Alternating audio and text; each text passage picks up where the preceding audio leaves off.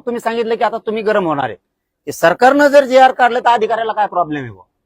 कारण तुम्हाला एखाद्या ग्राउंड लेवलचं माहित नसेल हे काय चाललंय. प्रत्येक शाळावाला जेवढे विभाग आहेत 100% फीस घ्यायला लागली. आता वैद्यकीयमध्ये फीस भरणार सोपं नाही राहिलं. मग वैद्यकीय आम्हाला, तंत्र शिक्षणावाले आम्हाला सुविधा आणि सोयी देत नाहीयेत. तोपर्यंत आम्ही काय करणार? शिक्षण व्हायला नको जायला. आम्ही गरीब असे येतं. आता तुम्ही त्याच प्रवाहात आलाय. मी आणखीन तुम्हाला मोठेपणा देतो आणि देतच राहणार आहे. हे प्रेम टिकवायसाठी मी तुम्हाला सांगायला, आणि तुम्हाला नाही सांगायचं सांगायचं कोणाला. मग अधिकाऱ्यांना, शाळावाल्यांना, दोघांना मिळून मराठ्यांचा आणि देवेंद्र फडणवीसांचा पुन्हा संवाद होऊ द्यायचा नाहीये का? असा काही डाव आहे का? किंवा असं काही आहे का अधिकाऱ्यांनाच तुम्ही अंमलबजावणीचे तुमच्या विभागांना निर्देश दिले नाहीत म्हणून आम्हालाच येड्यात काढायचं काम आहे, असं काही आहे का? का प्रेम टिकू द्यायचं नाही हे तुमच्यापर्यंत नाहीये माहिती. आता पोरांना काय वाटतं, गरिबांच्या पालकाला काय वाटतं? आपलं पोरग पटकून ऍडमिशन घ्या रे बाबा, सुई सवलती लागायच्या, तर जर ऍडमिशन गेलं तर पोराचं 1 वर्ष व्हायचं, मग ते 100% फीस द्यायला. मग आता आम्हाला सवलती कधी लागू होणार? आमच्याकडून 100% फीस घेतल्यावर, आम्ही 100% पुस्तकं सगळे घेतल्यावर, आम्ही खोल्या तिकडं भाड्याने केल्यावर, कारण खोल्या आता भाड्याने करताना अगोदर त्याला ऍडव्हान्स द्यावा लागतो.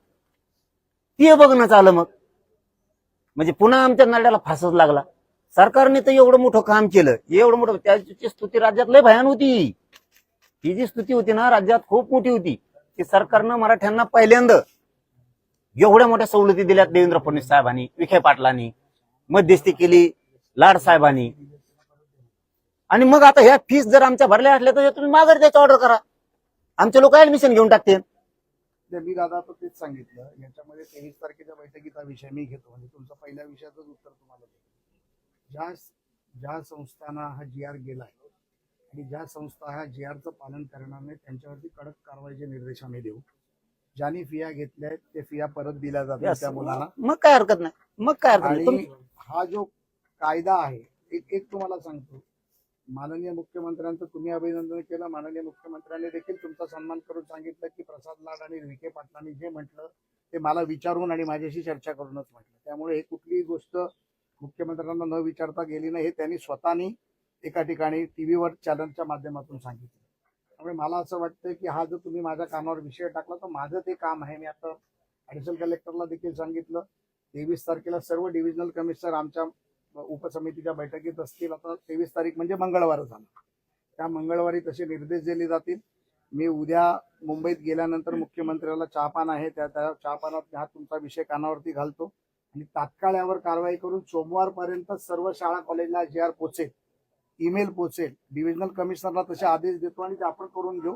आणि मुलांच्या फिया म्हणजे ज्या पालकांनी फिया भरल्या त्यांना देखील त्या परत दिल्या जातील. त्याच्यामध्ये देखील दादा आपल्याला असं वाटतं की काही 5, 50, 100 राहिले तर तुम्ही आम्हाला कळवा, त्या कॉलेजवर दबाव टाकून ते करायचं काम आपण करू.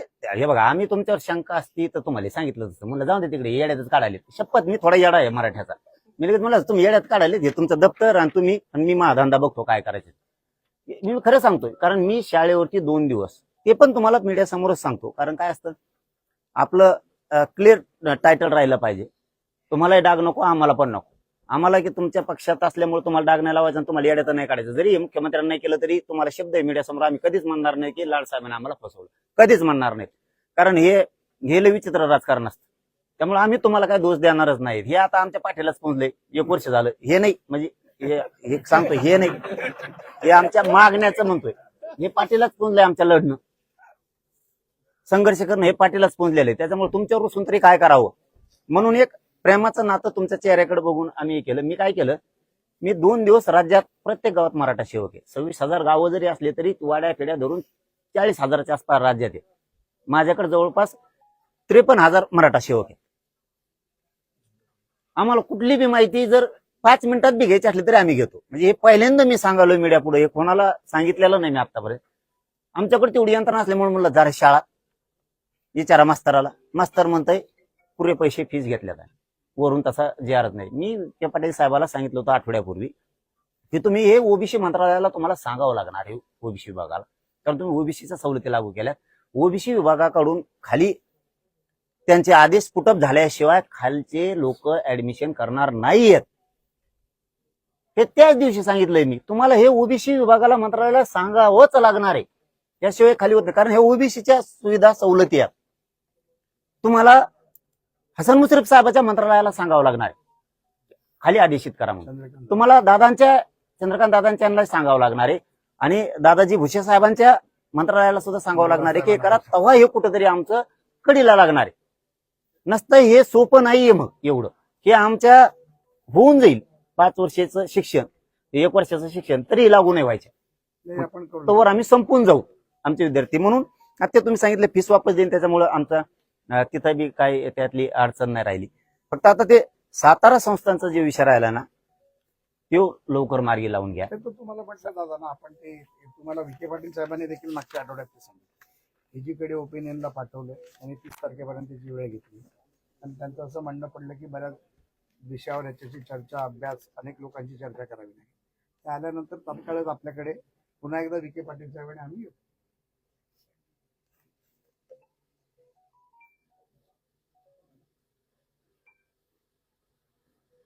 इथं काय केलं होतं,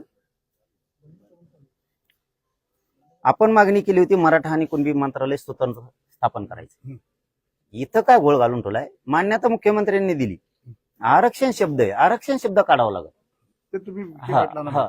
तुम्हाला पण सांगितलं आम्ही त्याशी आणि मेसेज पण करून टाकला होता की त्यात आपल्याला ते मराठा आणि कुणबी सेपरेट मंत्रालय पाहिजे, म्हणजे जेणेकरून मराठा समाजाचे प्रश्न सोडवायला ही होणार नाही. आरक्षण म्हणल्याच्या नंतर ती वेगळा विषय होतो. त्याच्यामुळे काय होईल? आरक्षण मराठा आरक्षण कक्ष म्हणल्यावर तो विषयच होत नाही, डायरेक्ट तो दुसरीकडे चाललाय. आरक्षण शब्दाचा तिथं काही संबंध नाही त्यांच्यामध्ये. तुम्ही मात्र ती बदल करा तेवढा, तो पण घेऊन टाका. ईडब्ल्यूचे तर सगळेच घ्यायचे म्हणून सांगितले तुम्ही. 2014 पासूनचे सगळेच एकदाच विषय संपवा बरं. होय, देऊ होय.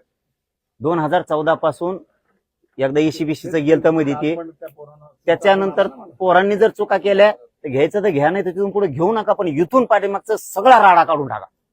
म्हणजे महाराष्ट्रात एक असा संदेश जाईल की मराठ्यांचे जे पोरांची फसवणूक झाली इथून मागं किंवा जे निवड झाली ते आले नाहीत ना, आम्ही एकदाच राडा काढलाय त्यांचा, पुन्हा इथून पुढे सांगू नका असं म्हणलं तरी चालन बो. कारण इथून पाठीमागं झालेल्या काही ज्या गोष्टी आहेत त्या गोष्टीमुळं पुन्हा आम्हाला ताण नाही होणार. एकदाच ईडब्ल्यूचे सगळे घेऊन टाका, हाय तेवढी बी, आणि ECBCचे पण काही ठेवू नका. आजपर्यंतचे 2014 पासूनचे आजपर्यंत एक पण ठेवू नका. तसं ते निर्देश दिलेत. त्यामुळे आम्हाला ते 15 दिवसात त्यात वेळ मागितल्यामुळे आम्हालाही बोलायला जागा नाही, आम्ही म्हणणार बी नाही. आणि विखे पाटलांनी बी त्यावेळी सांगितलं की हे आम्ही ह्या चर्चा इथं संपले ना 22 पासून सुरू करतोय. आता आपला तिसरा मुद्दा राहिला महत्वाचा, हे झाले 2 गॅजेटचं. हैदराबादच्या गॅजेटची SOP काढली, खाली कोणाकडेच नाहीये. आहे का आता प्रमाणपत्र गॅजेटनुसार देत आहे का तुम्ही? आत्ता म्हणतोय मी, बळच हे बसले म्हणून हा लहान नाही म्हणायचं. आज आहेत का म्हणतोय नाही देत, आज सुरू आहेत का गॅजेट प्रमाण? आणि मग भांबेरीची कम रोखून धरली? ते नका सांगू मला. आता इथं सूक्ष्म मोक्ष तुम्ही नाही म्हणायला पाहिजे होतं, कारण SOPच आली नाही यांची. हो, काल पण मी मागितली ना, दिली म्हणाले. ठीक आहे, 3 तारखेला मग हैदराबाद गॅजेटनुसार प्रमाणपत्र सुरू झाले, मग भांबेरीची कम नाही दिली? आंबड विचारा त्यांना कम नाही दिली. सर आंबडचं एक पण पेंडिंग आताच एसडी होते माझ्या. अरे मी म्हणतो भांबेरीचं आहे का कोणी? काल दादांनी पण ते दोन्ही- काल भांबेरीचे लोक आले तर माझ्याकडे. हे बघा मी कमून सांगतोय, मला खरं खोटं तुमच्यावर नाही करायचं. तुम्ही आले म्हणून दबाव टाकणारातला मी तसल्यातला मोडतच नाही मी. असेल तर सर आजच म्हणजे ते आता येतं- त्यांचं म्हणणं आहे आणखीन SOP आम्हाला आली नाही, इश्यू झालेला. संभाजीनगरला काल आपण फोन करू. मग अर्ज सुरू करायचे का? हो हो हो, सर. आतापर्यंत 628 अर्ज आले. नाही नाही, राज्यात सांगायचं का मग आम्ही ते अर्ज व्हायरल करायचा का? तुम्ही दिलेला हे अर्ज व्हायरल करायचा का? 100%. ते आपण संभाजीनगर बजेट कार्यालयाने एसओपी तयार पण केली आपल्याला कळलं पाहिजे कुठे अडचण आहे. आणि शासनाकडून मंजुरी घेऊन आपण ते पाठवली. आपल्याला कळलं पाहिजे नाही नाही, म्हणूनच मी काल त्यांना काय पहिला प्रश्न विचारला, तुम्ही 1 तारीख ते 20 तारीख 18 तारीख केलेले किती दिले ते सांगा. मग ते सांगितलं 728 अर्ज आले, 400 काहीतरी 478 दिले, 134 बाकी आहेत. 134 का बाकी आहेत तर ते म्हणाले त्याचं process चालू आहे. मराठा समाजाला राज्यभरात मराठवाड्यातल्या सांगतो, सरकारनं नवीन SOP नुसार हे अर्ज बनवलाय.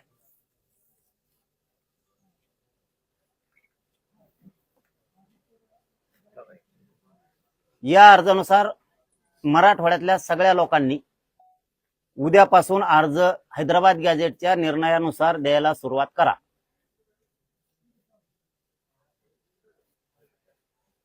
ज्यांच्या नोंदी नाहीत त्यांच्या भावकीत निघलेल्या आडनावाच्या नोंदी असल्या, मराठवाड्यात माणसं इकडे तिकडे गेलेले आहेत बरं का राहायला. ते चालेल. हा. म्हणजे ते कुणी धाराशिवला राहायला गेलाय तर धाराशिवचा संभाजीनगरला गेला, लातूरला गेलाय. शेजारच्या जिल्ह्यांमध्ये. हा. तर मराठवाड्यातल्या आडनावाचे जिथं असतील त्यांना आता द्या. उदाहरणार्थ एखादा जगताप आहे, तो जगताप आता धाराशिवला आहे, पण तो आता राहायला गेलाय संभाजीनगरला उद्योग व्यवसायाच्या निमित्तानं. कुणी संभाजीनगरचा आहे तो पुण्याला गेलाय, कुणी संभाजीनगरचा नांदेडला गेलाय, हिंगोली परभणीत गेलाय, लातूरला गेलाय, बीडला गेलाय, जालन्यात गेलाय.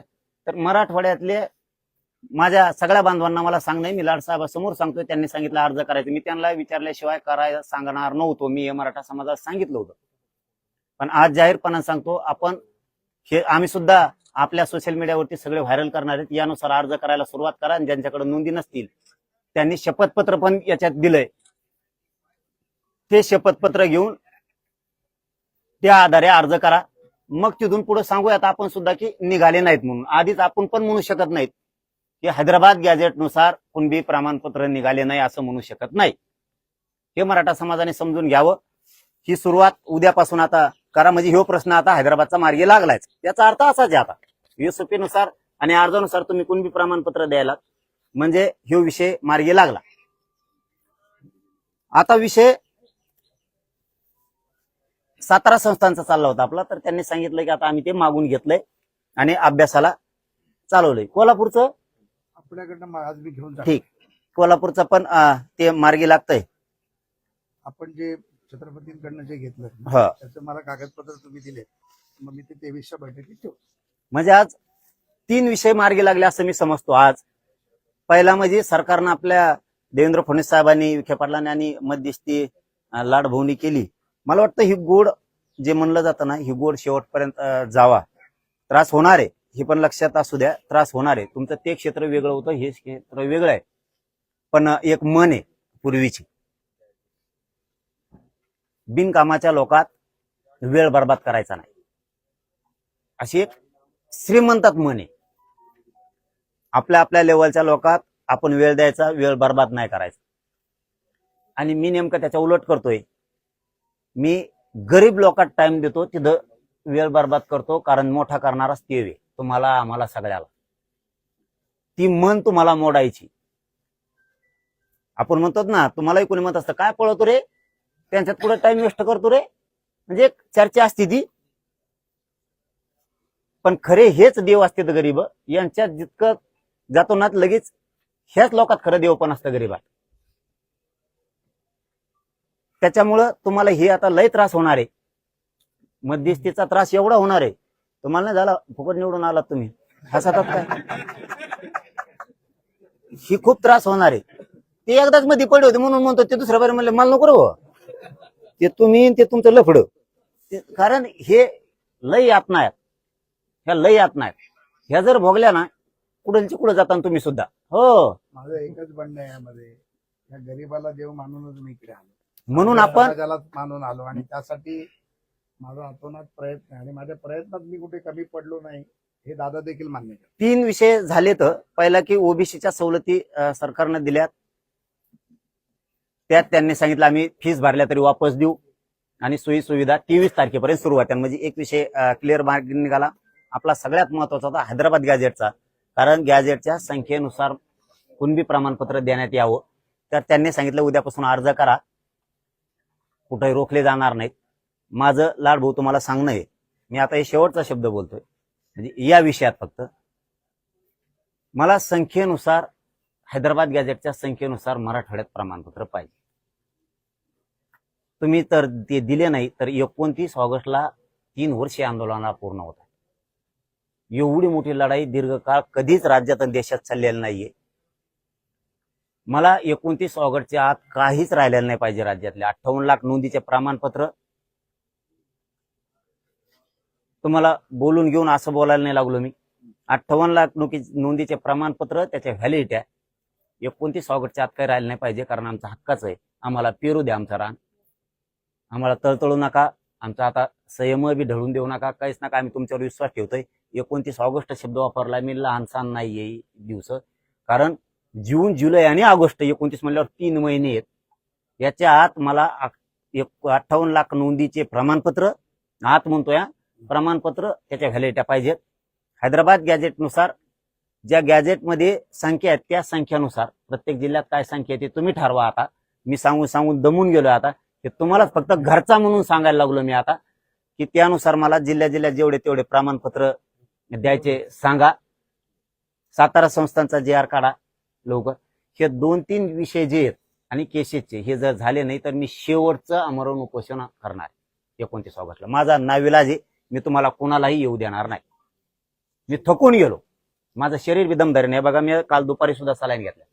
इतकं माझं शरीर कामातून गेलं ना, सलाईन लागणार म्हणून आता हाताला दंडाला लावा लागलेत माझ्या दंडाला लावा लागले आता इकडं कुठं लागणार म्हणून. मी तुम्हाला खरं सांगतो, मला माझ्यात लढायची पण क्षमता नाही राहिली. इतकं माझं शरीर खचून गेलंय. मी शेवटचं टेकणार आहे आता त्या दिवशी. कारण 3 वर्ष पूर्ण होते. माझी ऐकण्याची क्षमता नाही राहिली सरकारचं बी. मला तुम्हाला बोलायचं पण नाहीये. मला तुम्हाला नाव बी नाही ठेवायचं. ना शिंदे साहेबाला ठेवायचंय, ना अजितदादांना ठेवायचं, ना तुम्हाला ठेवायचं, ना फडणवीस साहेबाला ठेवायचं, ना विखे पाटलाला. मी आता हे शेवटचं 29 ऑगस्टला फायनल उपोषण आंदोलन करणार आहे. त्याच्यात जे व्हायचं असेल ते होईल. नसता त्याच्यात तुम्ही मात्र मराठ्यांच्या लेकराच्या डोळ्याचे अश्रू पुसा. नसता मला सहनच होत नाही. आता हे अधिकारी लाबाडकी करतात का कोण करतात मला काहीच माहित नाही. मला काहीच कळत नाही. तुम्हाला जर माझा बळीच पाहिजे असेल ना, तुम्ही 29 ऑगस्टला घेऊन टाका. मला नाही सहन होत. आता मी तळतळीने बोलतोय तुमच्याकडे, तळमळीने बोलतो. माझं शरीर दम धरायला तयार नाही. आणि मला ह्या समाजाचं काय दुःख सहन व्हायला नाही. माझ्या समाजाचं कोणी वाटून घेतो. आम्हाला नुसतं मंत्रिमंडळ द्यायचंय तर काय राव विरोध चाललाय तिथं मंत्र्याचा, त्या ओबीसीच्या 2-3. तुम्हाला ओबीसी मंत्रालय दिलं राव. मला माहित होत नाही असं थोडं आहे. मराठ्याला काय करायचं म्हणजे ओबीसी मंत्रालयाचं, त्यांना आहे ना उपसमिती. मग तुम्हाला नाही का बावनकुळे साहेबाच्या अध्यक्षतेखाली उपसमिती? का जाळता यार तुम्ही? तुम्हाला काय घ्यायचं घ्या. तुम्हाला हजारो करोड रुपये घ्या ना. आम्ही कोण नाही म्हणतो. माझ्या लेकराला का रोखता तुम्ही? आम्हाला नाही का अधिकार प्राप्त? त्यामुळे मला ना माझी लढायची सुद्धा क्षमता नाही राहिली. आता पश्चिम महाराष्ट्रात गेलो मी. आता काय लोकांनी मला प्रेम दिलं राव. त्या सांगा मला 35,000 नोंदी नाही घालत कराडच्या कम रोखून धरल्या. कमवून सांगा, द्या उत्तर मला त्याचं. मी संतोष पाटील साहेबाला बोललो, कलेक्टर साहेबाला, मॅडमला बोललो, विभागीय आयुक्तांना, देतो उद्या. 8 दिवस उलटून गेले. कधी का देणार नाहीत राव तुम्ही? आमचे ऍडमिशन येत राव. ते आता औषधाचे लोक आलेत. कुठे रे? चाकूरचे, लातूर. 7 महिने झाले हो, नोंदी सापडले. दाखवू द्या, बघू द्या, लाड बोल बघू द्या. मी किती तळमळीन करतोय का, मी सरकारला कमवून बोलतोय का मुद्दाम बोलतोय? मुडीच येत राव. या मुडीच्या तरी द्या ना. मुडी लिपीच्या तरी देणार राव तुम्ही. कशाला लोक मारता राव? मुडी लिपीच्या व्हॉट्सअप कर आहे ना मुडी लिपी. काय करतो राव तहसीलदार देव? काय करतोय ते कलेक्टर? हा, तुम्ही आमचा 7-12 नाही समजा. एक आम्हाला चमच्याभर माती देऊ नका. चमच्याभर देऊ नका आम्हाला. दुसऱ्याची ओबीसीच्या अजिबात आमचा त्यांचं एवढं सुद्धा काढू नको आम्हाला. हे आमच्या नोंदी तर देणार ना तुम्ही आम्हाला? का हे भाषा येते का आम्हाला लिहिता? सांगा तुम्ही. आम्ही लिहिलं घे. कमून अन्याय करता राव आमच्यावरती. स्वामींना फोन लावा. यांच्या समोर स्वामीला फोन लावा. RDC ला बीडच्या अपलोड केल्या का रे त्या? सांगा मला कम नाही अपलोड केल्या. मी आणखीन बावनकुळे साहेबाला मीडियात घेतलं नाही बरं का. इमानदार माणूस आहे तो, काम करतोय म्हणून. त्यांनी फोन करून सांगितलंय ते अपलोड केल्या, नोंदी उडवा म्हणून. काय राव तुम्ही? तुमच्या भरोश्यावर मी गप्प बसलो त्या दिवशी. बावनकुळे साहेबांनी फोन लावला घेऊन टाक म्हणून. तर त्यांनी डबल फोन करून काय सांगितलं की ते म्हणे ते घे म्हणलेत, पण पुन्हा सांगितलं तसंच राहून दे म्हणून. म्हणजे बावनकुळे साहेब आमच्या मुळावर उठले का असं म्हणायचं? मग आता काय ह्या मुडी लिपी? हा, आम्ही लिहायला करा. आम्हाला येत आहे का मुडी लिपी लिहिता? काय बीडचं काय चाललंय? कशामुळं बरं? हे नोंदी साहेब लाडभाऊ, ह्या नोंदी 5-7 आहेत. 5-7 आहेत. घर आहेत 200. अंबुरे आडनावाचे 200 माणसं आहेत. 1700 त्या गावात. केलं 1700 लेकराचं वाटलं आमच्या तुम्ही. का तुम्हाला सरकारमधला ना आमच्यात तुम्हाला नक्की दंगल लावायची का अधिकाऱ्याला? किंवा देवेंद्र फडणवीस साहेब जर प्रेम दाखवत असले मराठ्यावर, तुम्हाला दिसून द्यायचं नाही का? असं काही आहे का? मग आमचा उपसमितीचा अध्यक्ष विखे पाटील साहेबांनी कोणत्या ओबीसीची नोंद उडा म्हणून सांगितली? का असं वागायला लागले मग बावनकुळे साहेब? बावनकुळे साहेबाला साहेबच म्हणतो मी आणखीन. कारण त्यांनी 2-3 कामं समाजातले चांगले केले.